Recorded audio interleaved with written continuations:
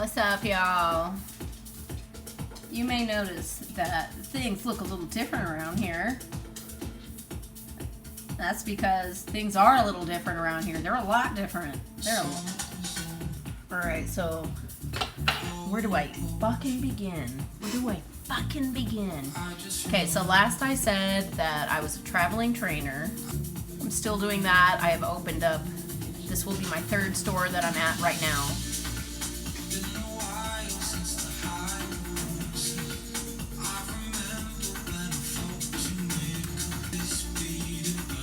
Not pictured.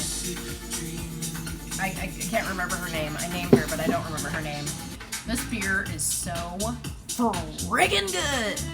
Living the Dream Brewing Company, Colorado, Powder Run, Cinnamon Swirl. The original is just vanilla, and then they added tangerine to one, so it's like a vanilla tangerine, and this one's like a vanilla cinnamon one. Oh my god. It's so fucking yummy. Ooh, yes. This is one of my top favorite songs right now.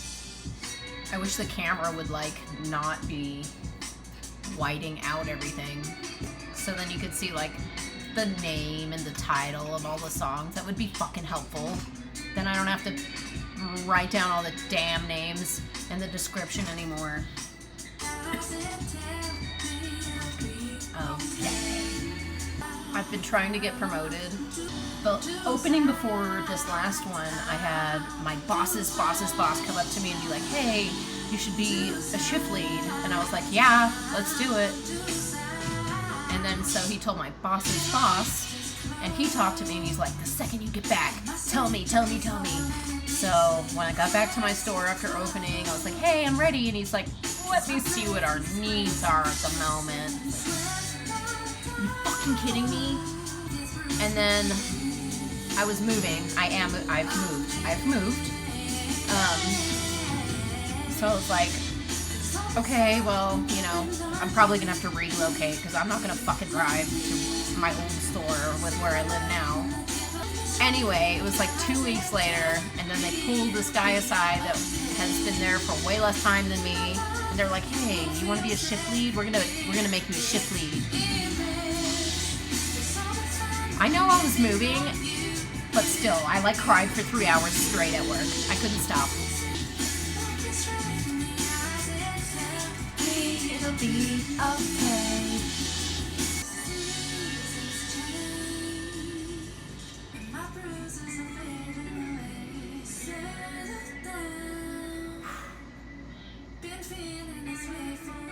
Moving has been a bitch and a half. I called around to different moving companies because I was like, never again. I'm going to always hire moving companies. And then this time I was like, $600, $700. No, thank you. I was like, why don't I just hire some rando queer person off of Facebook and pay them like $100 to help me move. I looked into it and I got a U-Haul. I was like, all right, $100 a day, basically, $100 a person. I want a couple people. $300. That's way cheaper than $600, $700. Oh.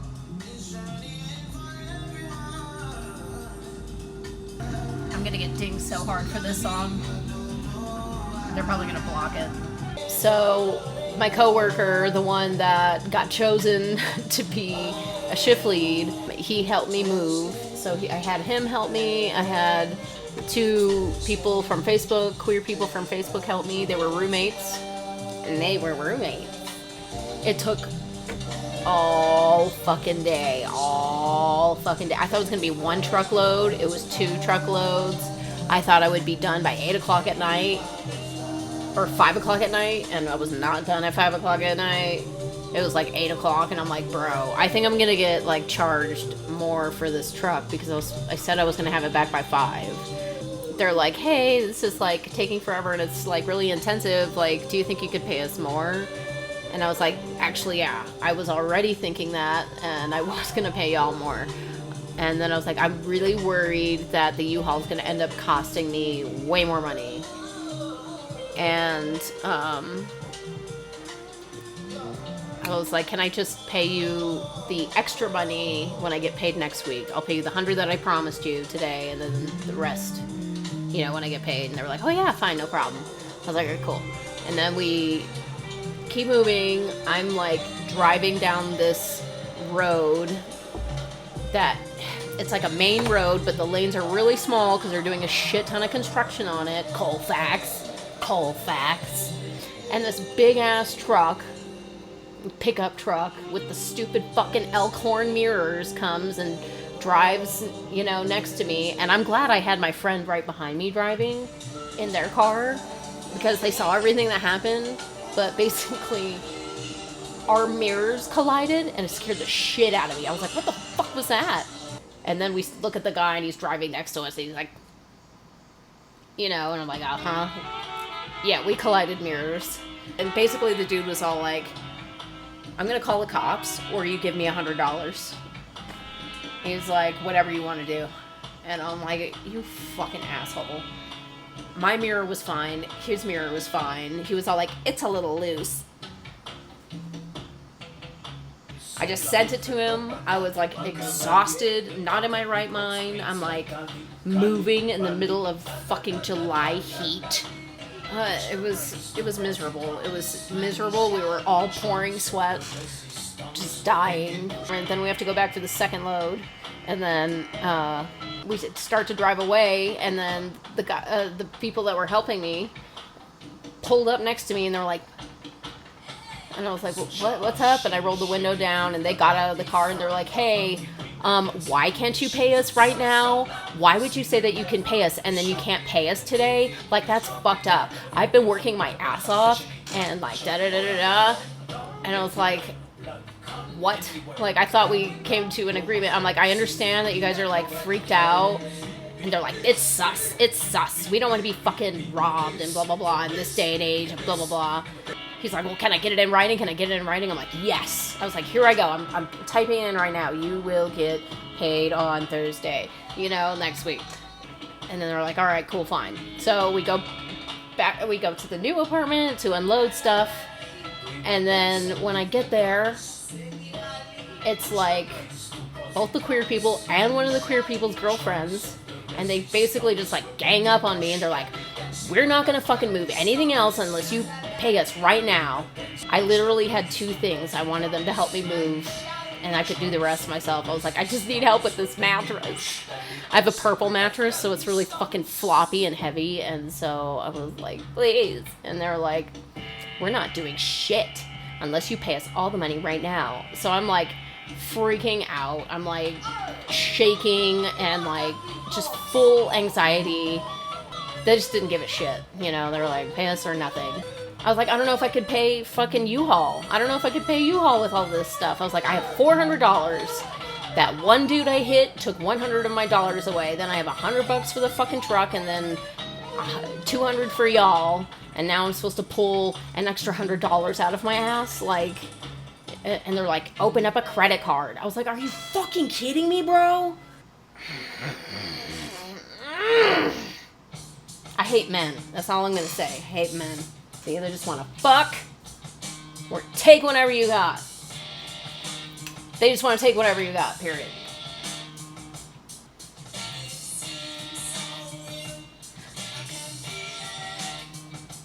So I text Andon and I'm like, Andon, I don't have any money. I have no money and they're refusing to anything until I pay them. So she sends me money and then I pay them. Before they were like, we should be friends. And I was like, yeah, we should. And then, no, fuck you. Fuck you. Ugh, it's exhausting talking about this. Ooh, I wonder if this would help. Let me see, hold on.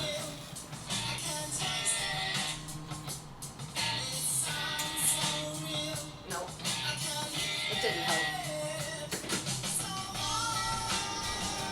I thought maybe it would help if I turned off one of the lights so you could see the screen, but you still fucking can't. Damn it. And the whole next day, I just moved shit back and forth while trying to clean my apartment simultaneously. Oh, I was so stressed about the U-Haul shit, and I was trying to move the last of the stuff out of the truck myself, because one of them helped me move the mattress back up, and then they were like, all right, peace, out. So I moved the rest of the shit up myself, eventually. Eventually I was like, you know what, I'm just gonna have to eat it. I'm gonna have to eat the cost of the U-Haul truck. Parked it, didn't unpack it all the way, and then went to sleep. Next morning, woke up, unpacked the rest of it. Then I went back to the old apartment and had to clean and unpack it simultaneously. So I'm trying to do this like deep move out clean. My roommate is there, and she had already moved out days before, but I was like, yeah, I need help cleaning. You gotta clean your shit, you know. So she was cleaning her spaces. Oh, she's like, I'm done, bye, or I'll be, you know, call me if you need more help. I was like, okay. So she leaves, and I go look at her shit, and her bathroom still has, like, splatters all over the mirror, like this long drip line. There's toothpaste in the fucking sink. The toilet just hasn't been touched in general. Underneath the sink cabinet, disgusting, filthy. I was like, what the fuck did she even do in here? So I texted her, and I'm like, yeah, I'm gonna need you to help me some more. And she was like, oh, can you tell me specifically with what? What in the fuck with people, bro? What in the fuck with people? Specifically your bathroom, and then I listed all of the shit. And then she's like, oh, okay, I think I was having a hard water problem. And she comes back, and we're just both cleaning. I'm packing, whatever. Eventually she's just like, oh, I totally forgot. I have to go to this dinner. I can't clean anymore. And she's like, I did this, I do that. And then she stood there being like, it reminded me of my trainees when they're all like, can I go home?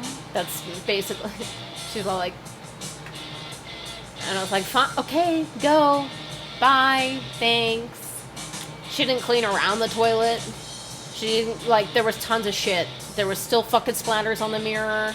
It was, so I can only fit so much shit in. So throughout the day, I'm going and making runs to the apartment, coming back, cleaning more, packing more, going back, unpacking, going back, cleaning, packing more, etc., etc. And so I'm doing this all fucking day into the night. And I was like, I absolutely have to be out of this place by whatever o'clock in the morning. Or I was supposed to be out that day.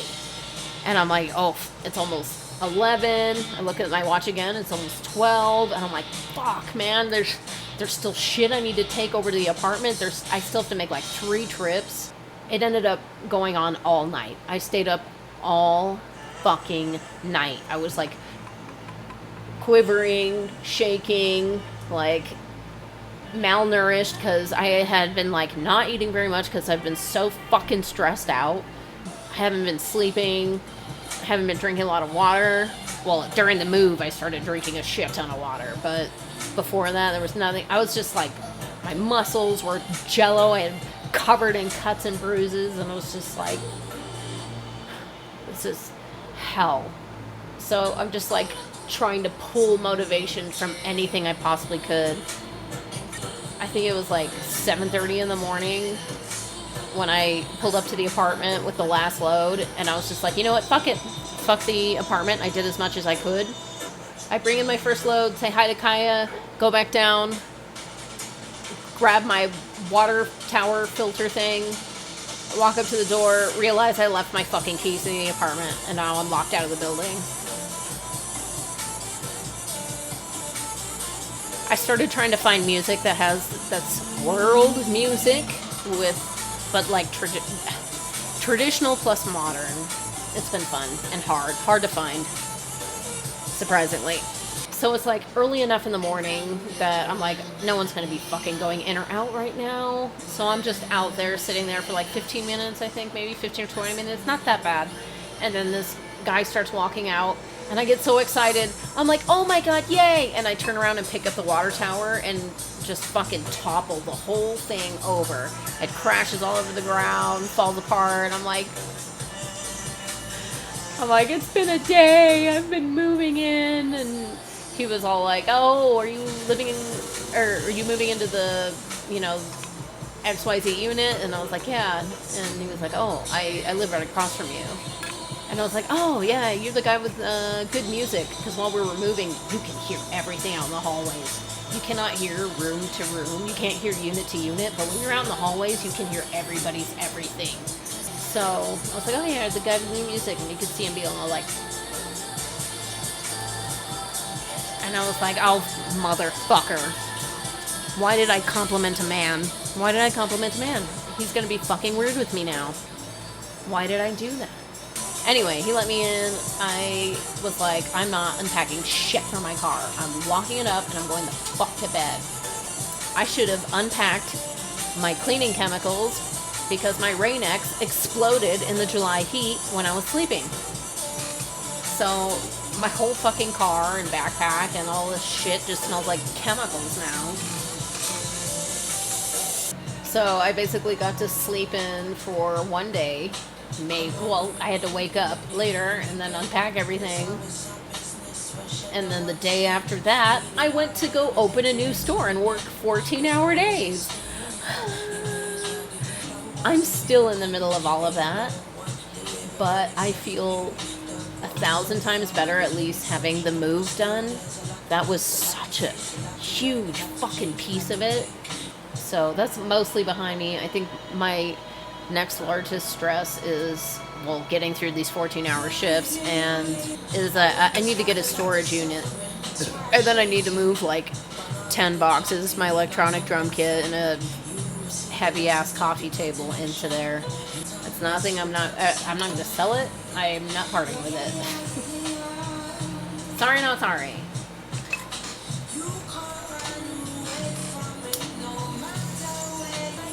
Alright, last part of everything that's happening with me is that me and Andon broke up. Just felt like shit. More than I felt good. You know, and unfortunately for her, I was with Aubrey before. And I was like, I know what's possible, and this ain't it. This feels fucking awful.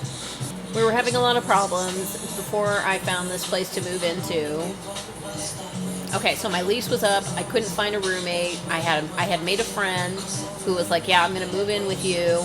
And I asked her like 3 times. I'm like, yay, you're going to take over my roommate's lease? And she was like, yeah. And I'm like, okay, 100% sure, because I'm about to, you know, send all this shit to my building manager. And she was like, yes. And I was like, okay, great.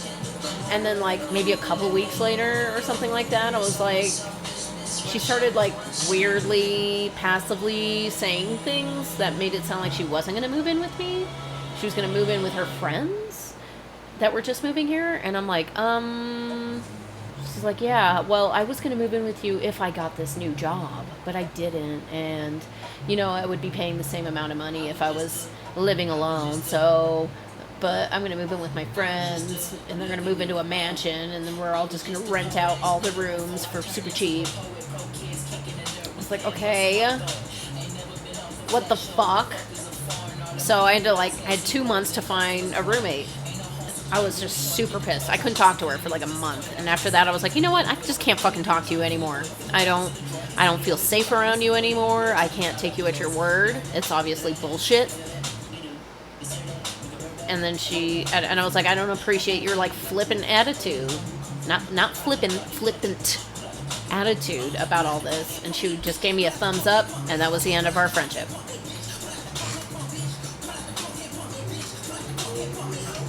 So I tried really hard to find a roommate, and I could not find a fucking roommate. And then I was like panicking. I'm like, okay, maybe we need to start looking for other places to live. And I start looking at that, and it's fucking brutal out there. I can't afford the fucking deposit. I have to pull an extra $1,000 out of my goddamn ass. Pet fees, pet deposits. It's not even extra $1,000. It's like $1,300, $1,500. I'm like, I don't fucking got that. And it's like, just fucking come live with me. And I was like, okay, you know, let's do this. And so we started doing like couples therapy a little bit, because we're like, we need to be able to not bite each other's heads off living together.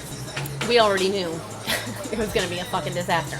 So the day I start moving stuff in, like, she hasn't cleared out the fucking space. She hasn't told the baby daddy. Anytime I talk about like buying joint furniture, she's like pissed and freaking out. She'd send me like 3 links And I would be all like, no to this, and you're right, I think this color is good for this one. And then she would be like, you don't like anything I like. This is impossible. And I'm like, what in the fuck? She didn't want me to move in. And it was just manifesting in all these tiny little fucking ways that were shitty and toxic, instead of just being direct about it and realizing it in herself and then just being like, we can't do this. Anyway, I start moving all my shit in, and she's not helping me with any of it. She's frowning at the shit I'm bringing in. We were at a lunch and talking about stuff, and she kept bringing up all these like issues that were non-issues, and then she's like, oh, well, maybe you were right about how our values don't align. And I'm like, what in the fuck? That's like breakup talk right there, you know? And I was just like, this is fucking dumb. If you can't just like let me be me, if you can't fucking tolerate me, I don't know if you even like me, really. I don't know if you're really being truly honest with yourself. And honestly, I was kind of thinking that about myself. I'm like, do you even like Andon? Like, do you really like Andon as a fucking person? Really? Honestly? Truly? You know? And I think we both just did not actually like each other. And we just liked our sameness and our comfortability with each other. And there was some sort of safety to open up sexually and for her emotionally and all that kind of stuff. And so anyway, I was like, I'm fucking out. I'm out. I can't fucking do this. I can't do it anymore. Just moved my stuff right back out. And she's like, you're fucking crazy. You're insane. This is psycho behavior and stuff like that. And I'm like, in my head, I'm like, this is not psycho behavior to like not want to be treated like shit, or not welcomed, or not being excited about me, or circumstances, or what's going on. Like, fuck it. I'm out. Like, I had already been stressed. What's really interesting is, you know how it was doing neurofeedback and stuff like that, and it was super helpful? During one of our arguments, I could literally feel something in my brain go, something just went, I could feel like a little spread. It was like the trauma part of my brain reopened. And like all of my old shit came back. Suddenly I was forgetting shit all the time, and therefore thinking that everybody was stealing my shit and being psycho, being like, who stole my stuff? Who stole my stuff? I actually called the cops on my fucking boss, thinking that he stole my speaker. Like, it was terrible. And like, I just couldn't believe it that I could feel it like that. Just like 1 minute being, I couldn't really tell when I was healed, but boy, like once all that old shit came back, I was like, oh fuck, I was doing good, and this brought back a world of shit. Like, my time management is fucking awful again. Like, just everything is back to where it was, and it sucks dick. We didn't really talk about what happened, and we had to like do stuff. I don't know. Eventually, we were just talking on the phone and stuff, and then eventually she came over to hang out, and we slept together, literally, not fucking. And then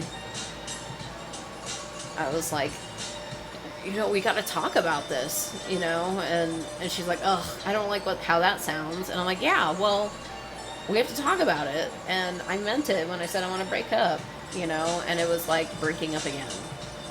You know, she's crying and feeling awful and all this shit. I don't know. She called me psycho and all that kind of shit again. That's like her. I don't like that either. I don't tolerate the fucking name calling shit. That's not. And I didn't like that about me either. I was feeling myself escalate in fights. And I was like, I don't like this. I don't do this. Or that's what I thought after being with Aubrey. Like, we could have normal arguments where we didn't... It wasn't a fucking screaming match. It wasn't like any of that. I was like, I don't like how this is making me get up to here. And now I'm being like, you're a bitch, you know? So I'm like, fuck you, you're a bitch, you know? And I'm like, I don't like that. I don't want to be saying that stuff. This song was for like a good 2 hours. It motivated me to keep moving while I was moving. My little tiny source of motivation. What was it? Oh, I asked Andon if she had room in her SUV because before she had come over to stay over, I was like, if you can, make room in your car and then I can give you this stuff that I was going to give you. Because some of the stuff I wasn't going to take to my new apartment. I was just going to give to Andon. And she was like, no, I didn't make space. And I like freaked out. I can't remember what I said, but I remember being like mad. I'm like, fucking really? You know? And then she just was like, and like walked out. And that was the end of it. And then we didn't talk for like a minute. I started seeing these TikToks about love addiction. And I was like, are you serious? Love addiction is an actual real thing now? Like, I used to joke around and write in my poetry when I was younger how I was a love addict and shit. So I was like, oh my god, like, I probably have this. So I started, like, looking it up more. And I was like, I check a lot of these fucking boxes. Staying with someone you don't actually like because you want connection, especially staying with someone who is not good at connecting because you start chasing the connection dragon. So it's so infrequent when you get those hits of connection that when you finally get it, it hits extra hard and feels really fucking good. So it just keeps you there. And just like the checking up on social media, the like, just all this fucking shit. I was like, that's me, and that's me, and that's me. That's me too. So I started going to Love Addicts Anonymous meetings. And I didn't even want to turn on my fucking camera. They have a queer group, so I went to a queer group. But I kept my fucking camera off. I'm like, I ain't fucking putting meat up for the slaughter. I don't know if the meetings really help. It makes me feel like I'm not alone, but I don't think it really helps me. Like, I don't know anything really about it. You know, people are just kind of talking about their own thing. They're like, I tried sober dating recently. And I was like, what the fuck? I have a question. What's sober dating? They were talking about how they let days go by without contact. They're like, I know it was tough, but I let days of no contact go by, you know? And I'm like, shit, that's something else for me. I feel like I have to be in constant contact with, you know, somebody that I like. Or I'm dating, or whatever. So, just like, oh my god. And then I talked to Andon on the phone. I called her for something. I can't remember what, but I called her. And then she's like, oh, it's funny you called me. I was just on a date. And I'm like, what? What in the fuck? What in the fuck? Like, before she left me, she was all like, when we were breaking up, she's like, I don't want to see you move on. I don't want to see you with other people. And I'm like, well, I'm not fucking thinking about it. Like, you can't control that. You know, but you can't control what I do, but I don't have any intention of doing so. And I'm like, well. Not even a fucking month out of the goddamn relationship, and she's on fucking dating sites. And then I found out later that it wasn't just one date. It was fucking 3 or 4 dates. And I'm like,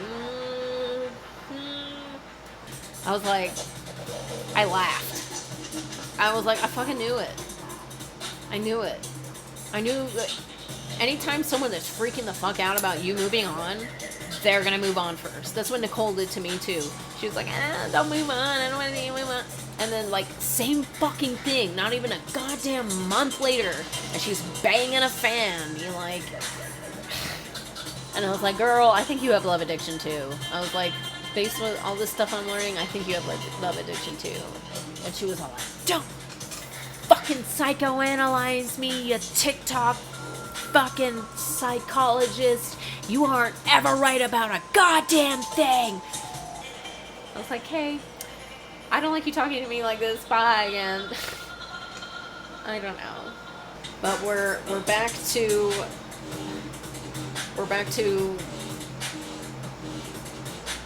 whatever, normal talking, and we saw each other, and it was tough, and we like hugged, and it felt good, and I was like, oh, you know. She talked about her students were telling her she was digmatized, and I was like, okay, I feel that. But it's like, yeah, the physical stuff is great and all, but like, it's not the only thing about a relationship, and it's a very, very small percentage of the relationship. And then I'm helping her with her book trailer. I already made it like a first draft kind of version earlier, and she sent it to her publicist agent, and they were like, yeah, we want to do a video like that for Amazon. Can you just like edit this one or whatever the fuck? And so I've been updating that and editing that, and I just finished tonight. She has a picture of it coming out. Fantastic character. Oh my god. This chicken character is just like a full life of her own. Like, everybody is so in love with her. Like, she just jumps out of the page. Her own little character. It's just so good. She wants to do a puppet pilot episode. And like send it to Netflix and see if they could pick it up where this chicken is like interviewing artists and stuff. Elaine is the best. She's such a good character. I can't help. It's hard to walk away from Elaine. I'm still like, can we still work on Elaine though? I think me and Andon work really well as like business people, and in the Big Book of Relationships, it says that me and Andon are best as co-workers, basically, business partners. So I've been navigating all this work crap and moving and relationship stuff.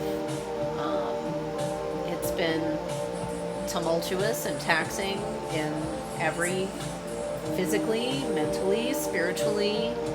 It's been tough out here for a bitch, and I'm pretty proud of myself for not just getting completely fucked up and wasted like I did after Nicole, and instead just would go out to like drum and bass concerts that were cheap at bars, you know, and then just go dance it out. This is my friend here. I helped her do a music video back in the day, and then we've just kept in touch, and it's like the more we talk and like follow each other on social media, we get each other, we vibe, we've becoming closer. So it's like client turned friendship sort of thing. She's awesome. Love Arily. I picked up a one-off gig for a musician that I've worked with before, Anastasia Rhodes, with their band Occam's Rose, and filmed them performing a few things, and I have to edit that still, but I've been moving and unpacking and all that shit. Honestly, I could be doing that right now instead of vlogging, but I'm not there. I've decided that I'm going to wait until the 14-hour days are done, and then I will start editing, which I think there's only 2 more of those left, so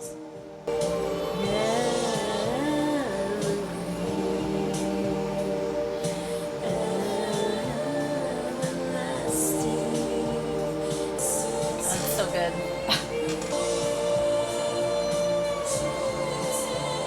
I love that she has studied opera. It's fantastic.